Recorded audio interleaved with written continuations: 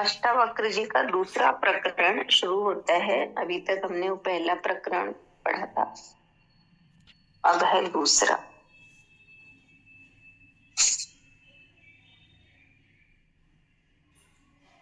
पहले प्रकरण में पढ़ा था विषयों का परित्याग कर आत्मा अथवा चैतन्य में स्थित होना ही मुक्ति है।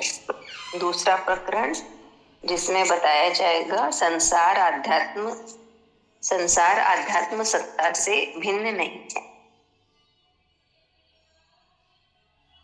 राजा जनक को अष्टावक्र का उपदेश सुनते ही आत्मज्ञान हो गया। वे कहते हैं, मैं निरंजन हूँ यानी निर्दोष हूँ, शांत हूँ, बोध हूँ, प्रकृति से परे हूँ। आश्चर्य है, किंतु मैं इतने काल तक मोह द्वारा ठगा गया हूँ।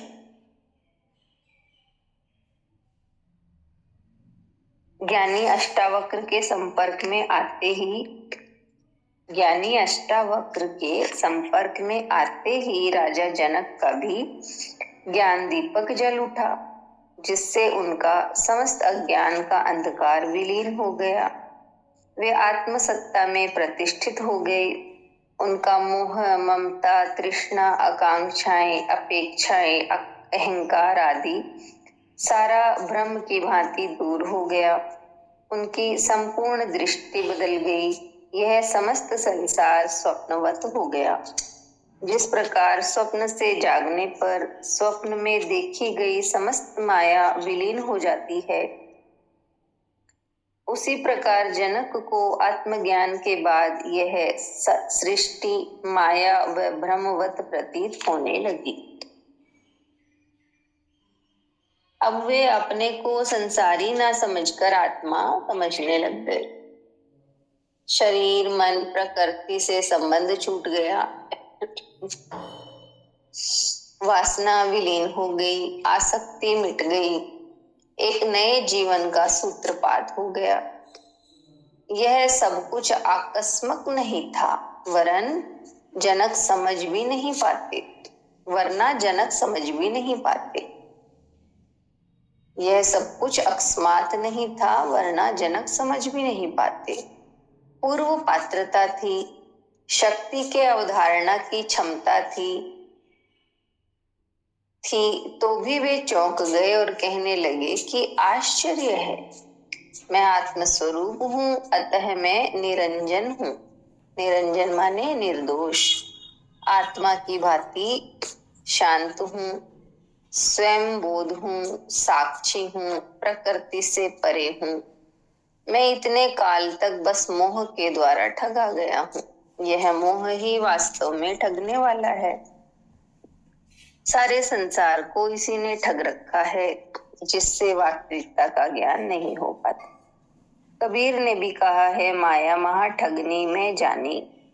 यह माया मोह ही है, जिससे संसार जैसा है वैसा न दिखाई देकर भिन्न प्रकार का दिखाई देता है। ये माया मोह ही है। जनक का यह माया का आवरण दूर हो गया। वे अपने स्वरूप को पहचान गए। यही गुरु की महिमा है, जो लोहे को स्वर्ण बना देता है, एवं शिष्य की भी पात्रता है, जो स्वयं को बदलने को तैयार है, खुला है। जनक अब अपने को निर्दोष कहते हैं। पाप, पुण्य, कर्म आदि का समस्त माया जाल टूट गया। यह माया जाल केवल अहंकार के कारण है, जिससे मनुष्य अपने को कर्ता समझता है। जब कर्तापन खो गया तो कृत्य का पाप पुण्य उसे कैसे लग सकता है। यानी जब कर्तापन ही खो गया, मैं कर्ता हूं ही नहीं, तो कृत्य का पाप पुण्य कैसे लग सकता है। ज्ञान रूपी अग्नि में सभी भस्म हो जाते हैं। यथार्थ का ज्ञान ही पर्याप्त है। यह सब सतगुरु की उपस्थिति में ही घटा। गुरु ने कैलेलिटिक एजेंट का कार्य किया। पत्ता भी नहीं हिला और विस्फोट हो गया। घाव भी नहीं हुआ और शल्य क्रिया पूर्ण हो गई। ऐसा ही हुआ विवेकानंद के साथ, ऐसा ही अन्य ज्ञानियों के साथ। जनक ऐसा अनुभव करने लगे जैसे शरीर से वस्त्र उतार दिए गए हों, सांप ने कैंचुली उतार दी हो। सिंह का बच्चा भेड़ों के समुदाय में पलने से अपने को भेड़ ही समझने लग गया था। घास पात खाकर वह भेड़ के समान ही हो गया, किंतु जब उसने पानी में अपना चेहरा देखा, सिंह की आवाज सुनी, खून का स्वाद एक बार उसे आया कि उसके भीतर का सिंह जाग उठा और वह वैसे ही गर्जना कर भेड़ों के समूह को छोड़कर सिंहों के साथ वन में चला गया।